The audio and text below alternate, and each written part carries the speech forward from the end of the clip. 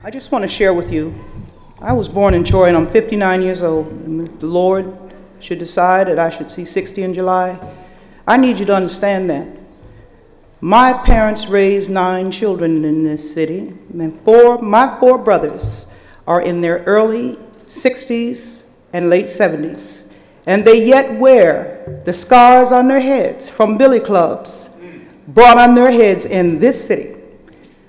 So we know fully well about how things work in the city of Troy. Now, I just want to make that clear, because for you to think that this kind of thing, and then they would come home after this severe beating. So there was no arrest.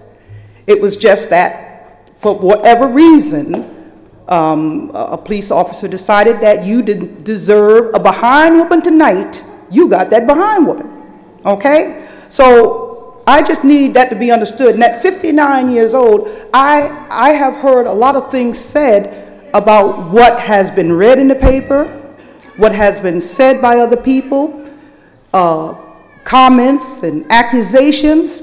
But I am going to speak tonight from firsthand eyewitness experience. You see? And you see, I want you to know something. I give account to no man. I give account to God. And I hear a whole lot of people talking about God, but I want you to know I take God serious. And I can look any man in his eye. And when I say to you tonight, I'll say to you 100 years from the day, if God should suffer me to live so. I saw in July of 07, on my way to work at Hudson Valley. It was approximately 11:30 at night. I stopped at Citgo in North Troy to get gas. As I'm getting out, it just seemed like it was just a second. Another car pulled up on the other side, pointing in the north direction. And as I get out of my car and look up, and I heard, "Put your effing hands up." Well, I immediately looked up, and all these cars, there were approximately 5 or 6 cars, may have been more. It was at night, and I could not tell how many. I just knew that all of Fifth Avenue in North Troy was full of police cars who had guns drawn. You may have had, I heard somebody mention about a gun in her face. Try having about 10 of them, because I was in a bad spot. Now, I heard the police say to the man, "Get the F out of the car. Put your effing hands up." The man put his hands up. "Get the F out of the car." He said, "How am I supposed to get out of the effing car if you told me to get my effing hands up?" So yeah, he's getting ugly now, but he's steady facing north. And I'm standing there saying, "Oh God." So there's all this effing going back and forth. "Put your effing hand out and open the door. Stand up." Every F, it was all F. The fella stands up, and they said, "Start effing walking effing backward." And there's like 3 of them barking orders at the same time. It's really confusing, but you can hear the different voices. And I was able to say to the fella, "Baby, shut up. Please. They're going to hurt you tonight." He said, "F them." I'm saying, oh God. So the fella starts walking backward. And next thing you know, Officer Schoonmaker tased him. And down he went. And they were on that fella like monkeys from a tree.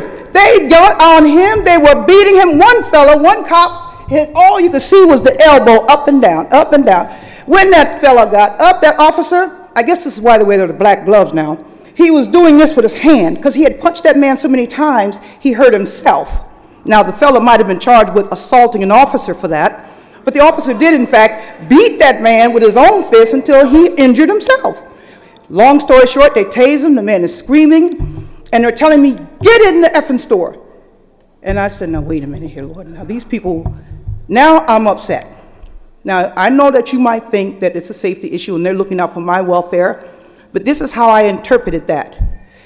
Get in the store. We don't need eyewitnesses to what we're about to do to this fellow." Now, needless to say,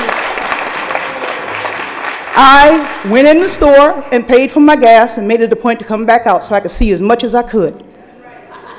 They got that fella up. At this point, he's crying.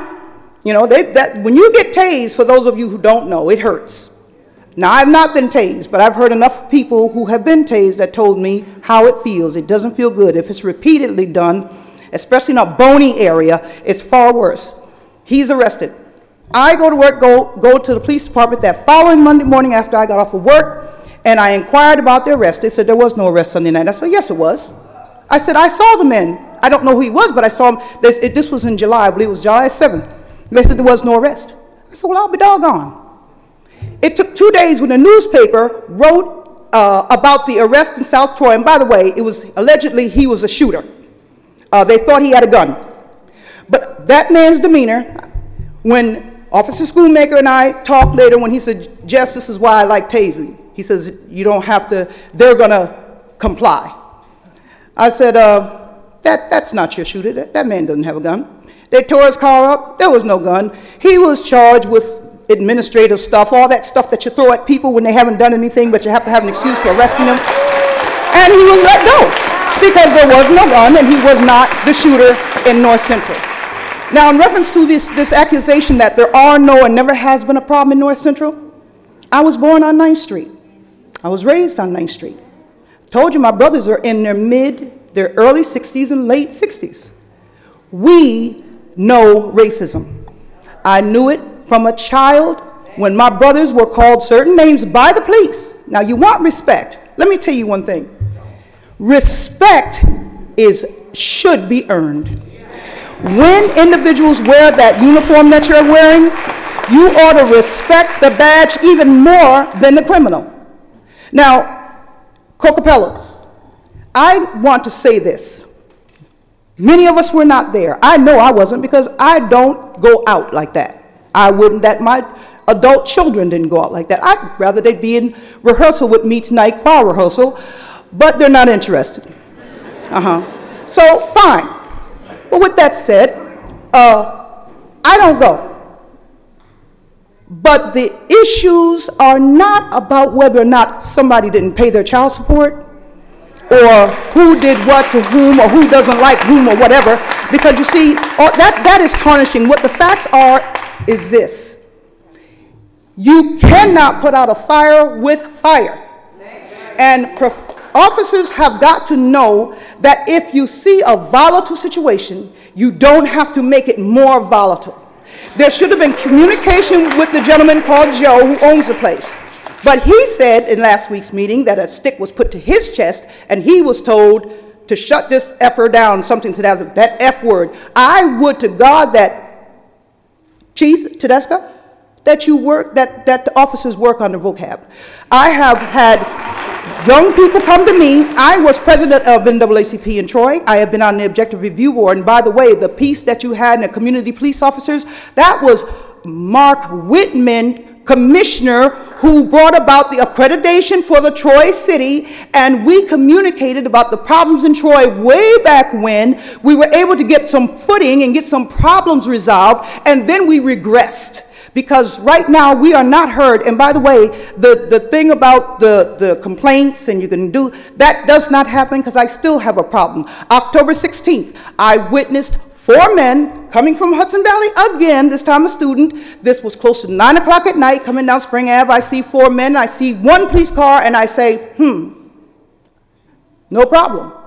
Before I could get to Congress, 7 police cars shot by me, heading toward Adams Street, where I had just passed, where there were 4 black men and a police officer, and the black men were sitting down. There was no ruckus. And I said to myself immediately, no, I don't believe that they're going there. Don't tell me, I'm talking to myself, of course, at the time. I said, no, let me go see this. I turned around and went back. You see, because somebody's got to be willing to stand up and look and see. Because you see, one of the things that does happen in Troy, by the way, the police will force you to go into your house when they are brutalizing people in the street. They will make you get off of your porch. They will make you get out of your windows. They will corral the person who is being beaten so that you can't see it or testify to the unnecessary brutality. So with that said, there I get back, and what do you know?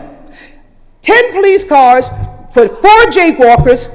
1 is being brutalized because he had a cell phone in his hand talking to his father in Virginia. They were all 4 college students that had just gotten off of the bus. As a result of that, 3 of them have left the city of Troy because Troy is too hostile for them, and they didn't. The mother of one of the victims stated to me, I didn't know that you people were like that up there, because many people have experienced abuse from the police, but they didn't know that our city had that condition. Now, with that said, please stop denying that there are abuses. I understand. There are abuses.